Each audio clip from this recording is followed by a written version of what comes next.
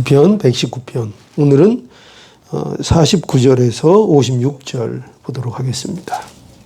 49절에서 56절까지입니다.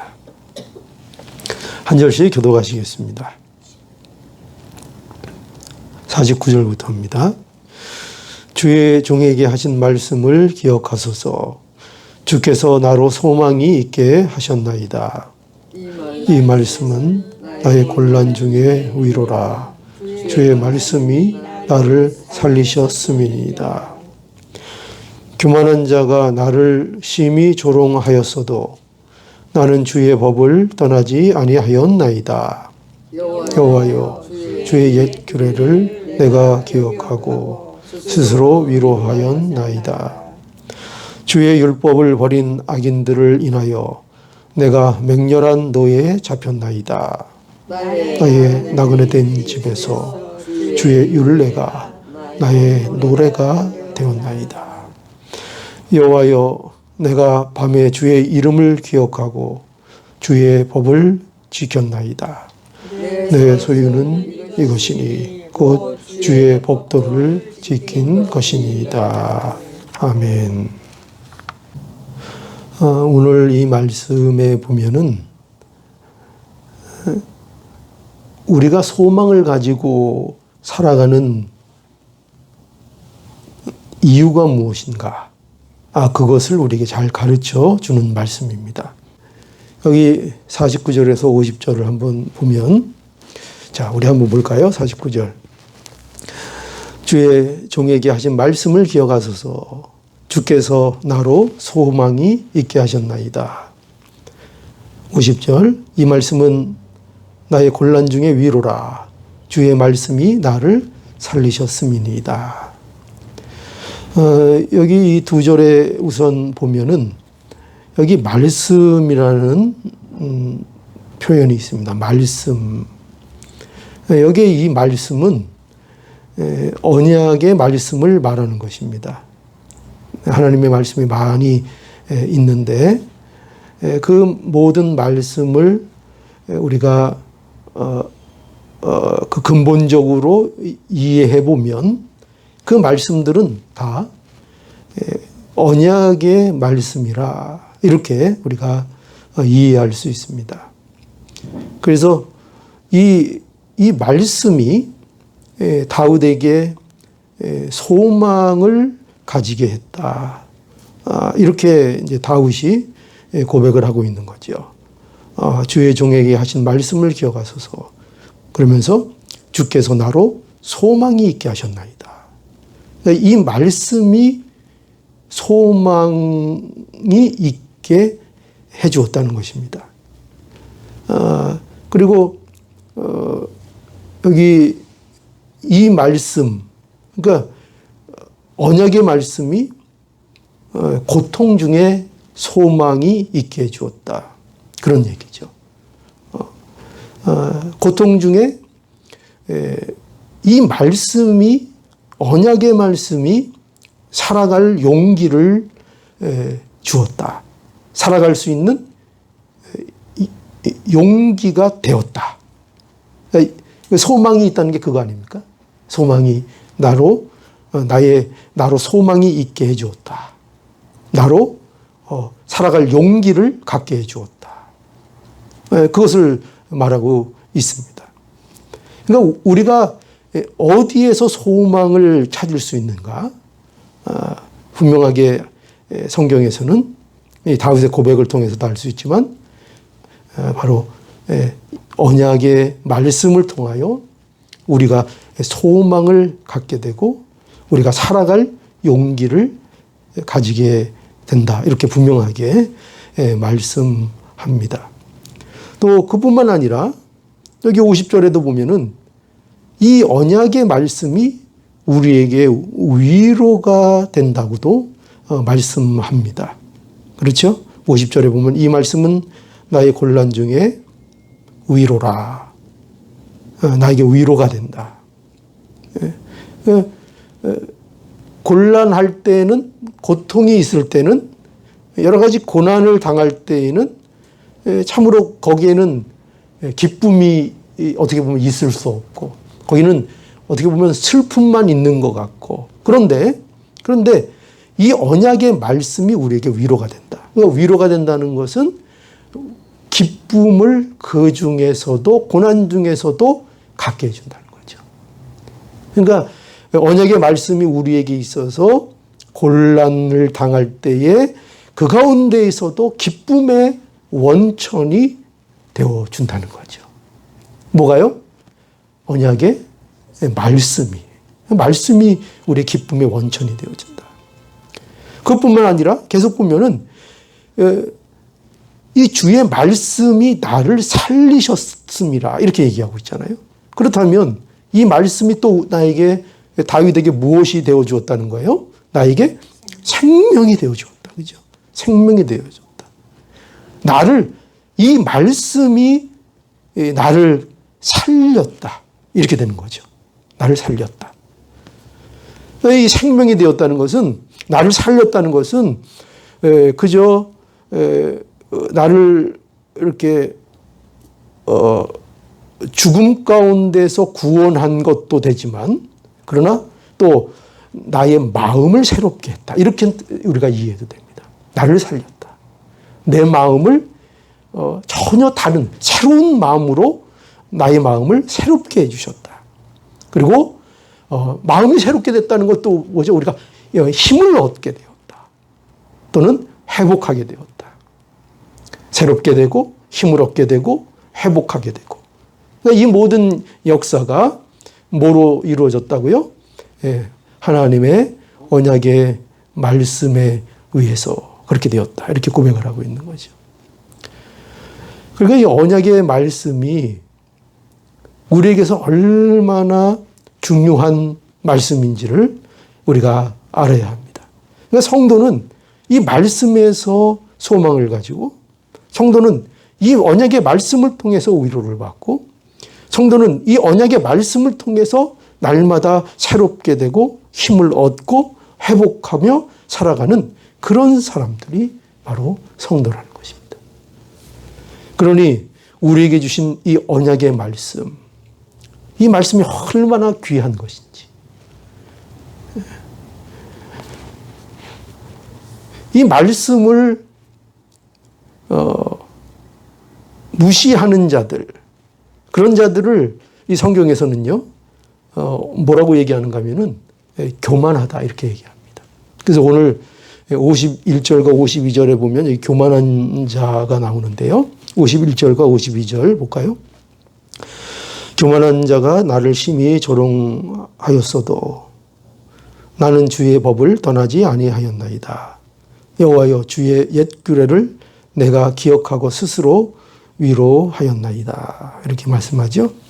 여기 보면 교만한 자는 바로 누굴 얘기하는가 하면 말씀을 떠난 자, 그리고 그뿐만 아니라 말씀을 자꾸 떠나라고 말씀을 지키고 살려고 하는 사람들을 조롱하는 자, 그런 자가 누구라고요? 교만한 자입니다. 그러니까 다윗은 그의 대적을 여기 표현하고 있는데 그걸 교만한 자라고 표현하고 있는 거예요. 그러니까 그 다윗을 늘 회방하고 조롱하고 괴롭혔던 그 대적들이 있는데, 그 대적에 대해서 특별히 교만한 자라고 이렇게 부르고 있는데, 왜 교만한 자라고 부르는가? 그들의 특징이 뭐라는 거예요? 그들이 뭘 무시해요? 하나님의 말씀을 무시한다 이거죠. 하나님의 언약의 말씀을 무시하고 자신도 무시할 뿐만 아니라 다른 사람들에게도 그 말씀을 떠나라고 말한다는 거죠. 그런 자들을 교만한 자라고 그러고, 그것이 바로 교만입니다. 교만한 것은 바로 영적으로 이처럼 말씀을 무시하는 것. 이게 우리에게 있어서 얼마나 큰 교만인가. 그 말씀을 귀 기울여 듣지 않고, 늘 말씀을 사모하지 않고, 내가 말씀을 의지하지 않고, 하나님의 말씀 가운데 나가는 것을 소홀히 하고, 만약에 성도에게 그런 모습이 있다면 그것이 하나님 앞에 얼마나 교만한 모습인가를 우리가 알 수 있어야 하겠습니다. 그게 교만이에요. 다른 게 교만이 아니에요. 다른 게 교만이 아닙니다.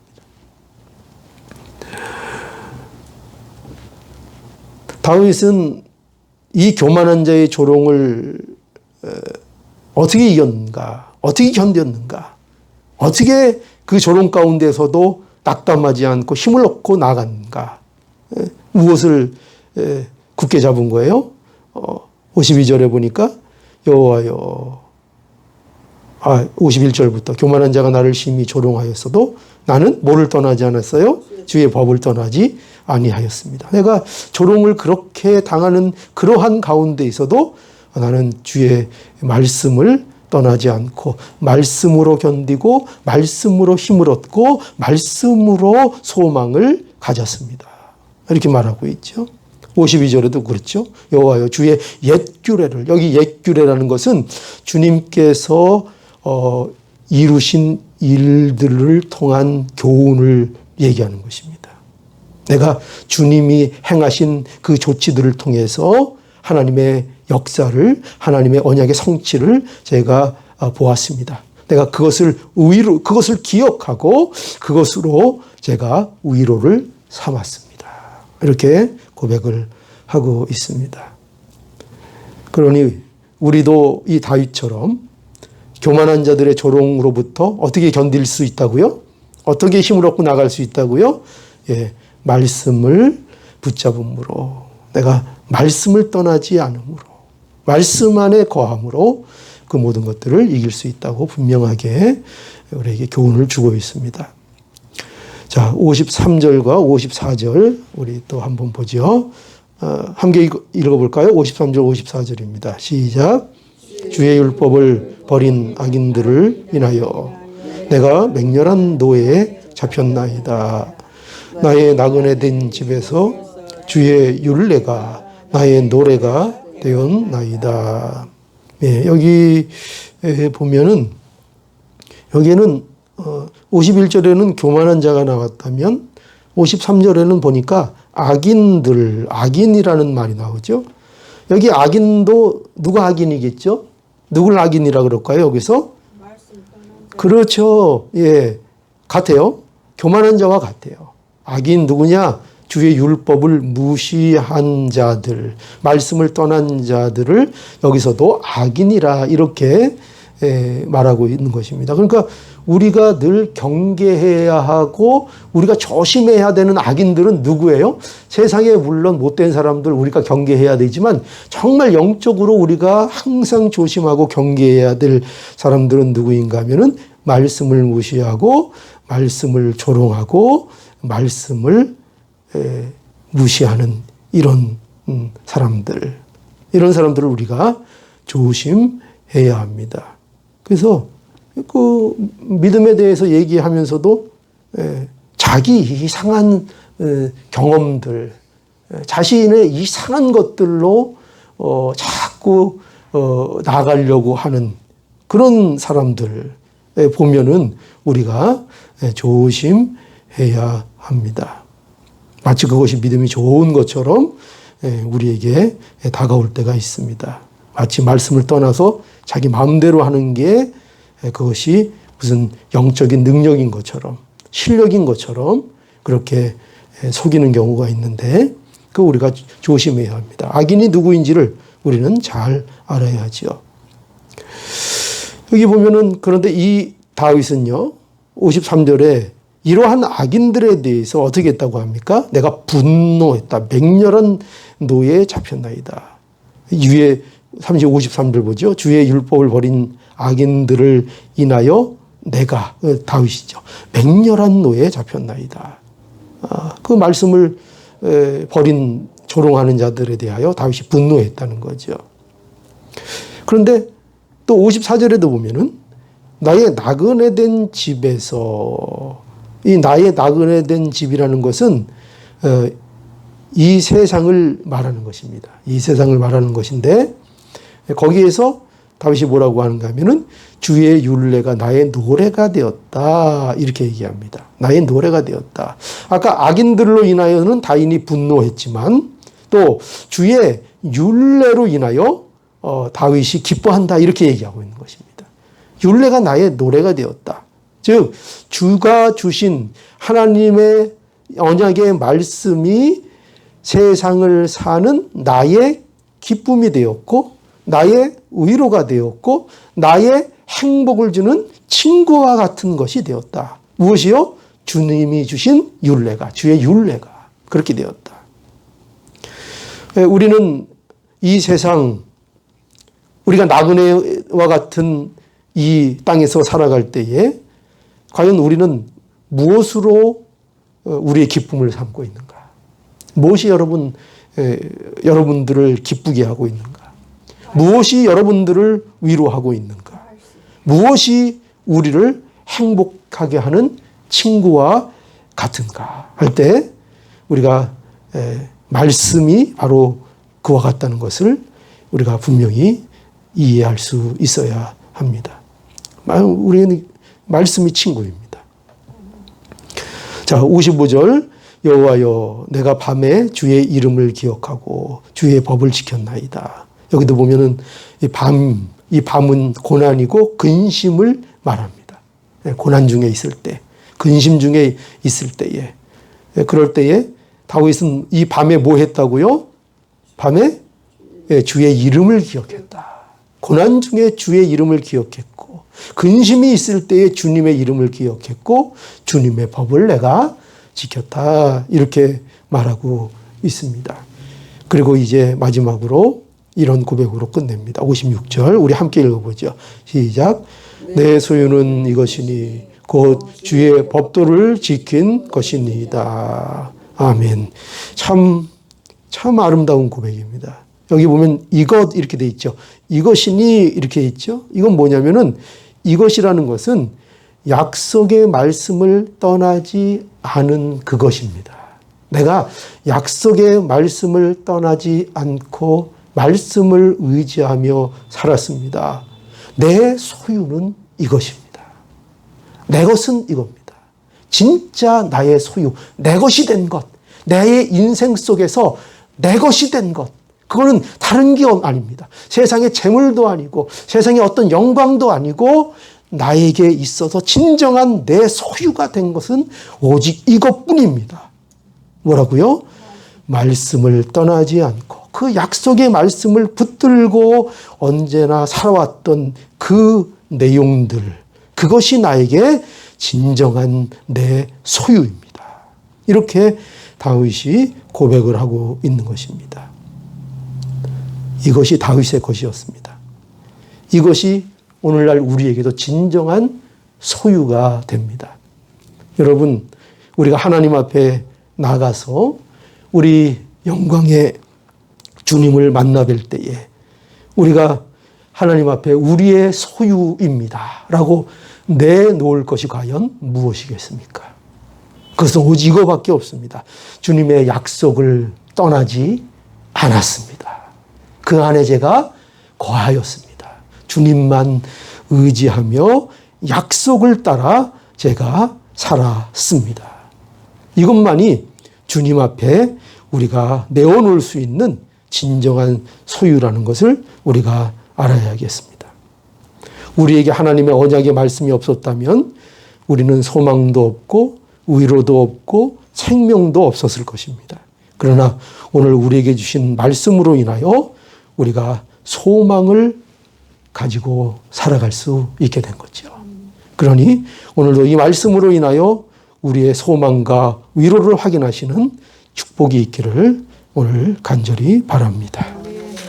예.